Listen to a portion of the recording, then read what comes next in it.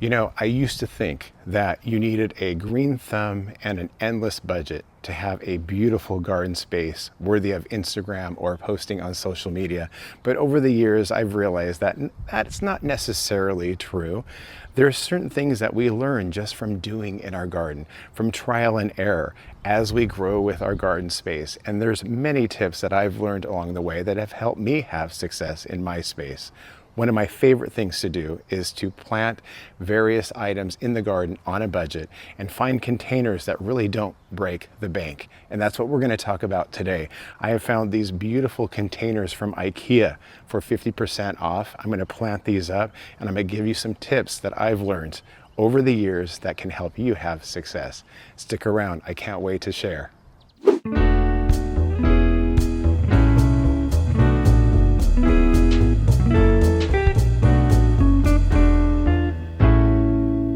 Container gardening can be so much fun, especially when we do it on a budget. And IKEA, of all places, the place of that flat packed furniture and Swedish meatballs, has led me to some incredible deals this year. Earlier this year, I was able to find those trash cans and repurpose them in a creative way to make a really incredible container. And right here is the end result of that really fun video that we did earlier. This is the Superbells Tropical Sunrise, and guys, so beautiful, right?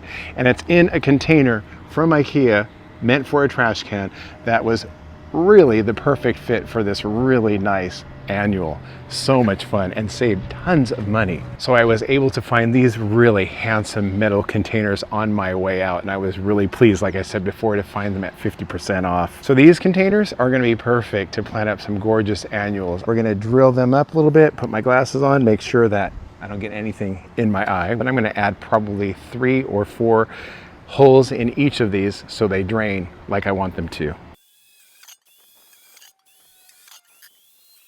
So now that our holes are all drilled, let's just say I love the handsome look of these 2 containers, and I was really excited to find 2 different sizes because I do like to plant in pairs. Also, the black color goes perfectly with the look that I've been trying to achieve in my yard by adding those little pops of black that can really ground the space as it helps the blooms really pop and shine.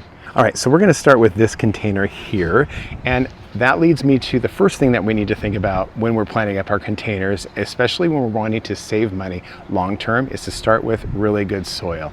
If you're like me, we've been excited. We've brought home those annuals. We've used inexpensive soil, and then we're shocked to find out that our annuals, they don't thrive like we want them to. And in fact, sometimes they can die. So we really need to be careful and mindful, because without that foundation, we really are not going to have great results. So now that I've excluded all of the inexpensive brands, you're probably thinking, how are we going to save money in the long run? Well, first of all, if we can make sure our plants don't die, that's going to save us money. But really good soil found at a good price is what we're aiming for. So the moisture control soil from Miracle-Gro, which is what I'm going to use today, you can find it at Lowe's and Home Depot. It's a little bit more pricey, but I have found a way to save money on twice the amount by finding it at Sam's Club.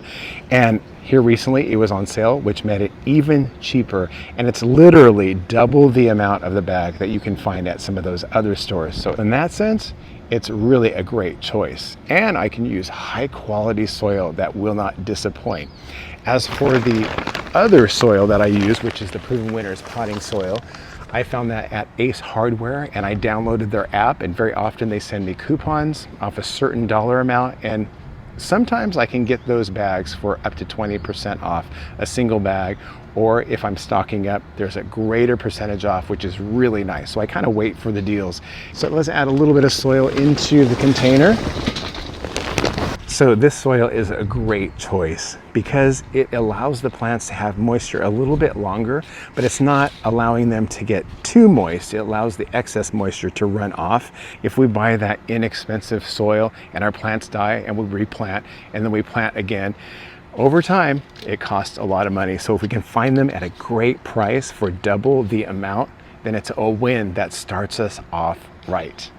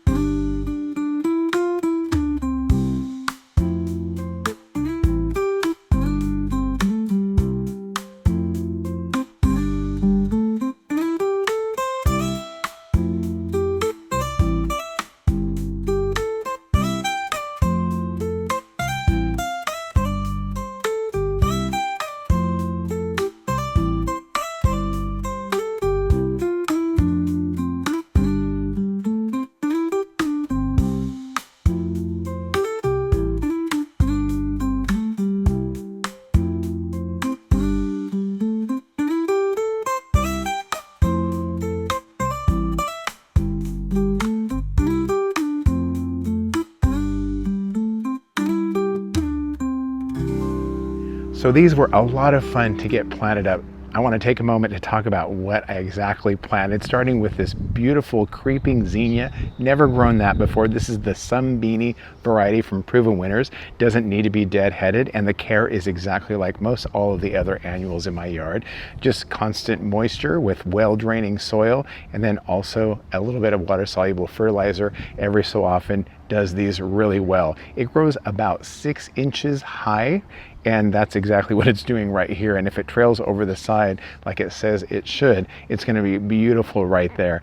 And then on this side over here, I have the Superbells Over Easy as my spiller, and that white color is really nice and bright, but the inside of each one of those bloom heads has the really nice brilliant yellow color, kind of like mimicking the other one, which is really nice, kind of ties it all together. And then for our filler right here, we have the Angel Face Wedgwood Pink Angelonia, and over time these are going to grow between 18 to 30 inches tall, filling this beautifully.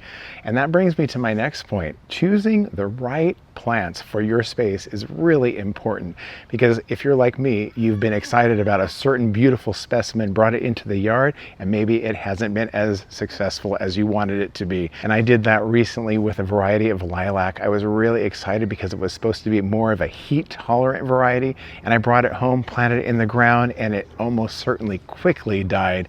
And I was bummed, but I found another one that looked even more full of bloom and gorgeous. And I brought that home thinking I'd try again, and maybe that first time was a big mistake, but it eventually died as well. And that's the thing. Some of these varieties of plants that are in our local garden centers or our big box retailers may not always be a fit. So we have to do our research to find out if it will thrive in our local climate, because I probably wasted about a good $80 on both of those varieties combined.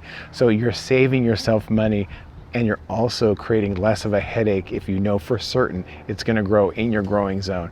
The last thing that leads us to the greatest success and bang for our buck all over time is making sure that we don't neglect to water our plants. And the easiest thing that you can do, if you have a lot of containers like I do, is to add a drip irrigation system. It really does take the headache out of container gardening, and it saves you time and money along the way. It saves you money because you're not using as much water. You're only giving them a certain amount of water each day, or the amount that you think that they're going to need.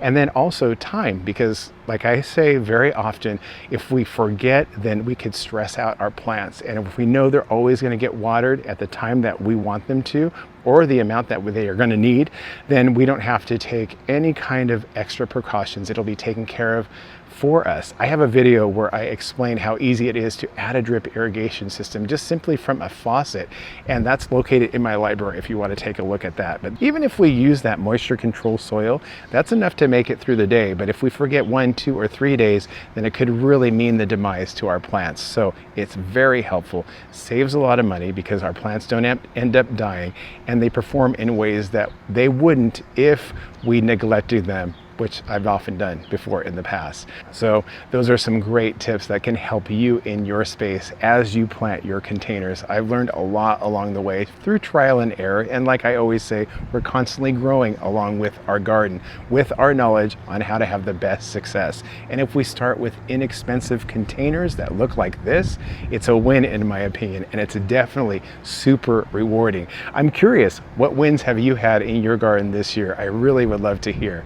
And I thank you so much for joining us today. And until next time, I hope to see you in our next video. Until then, bye.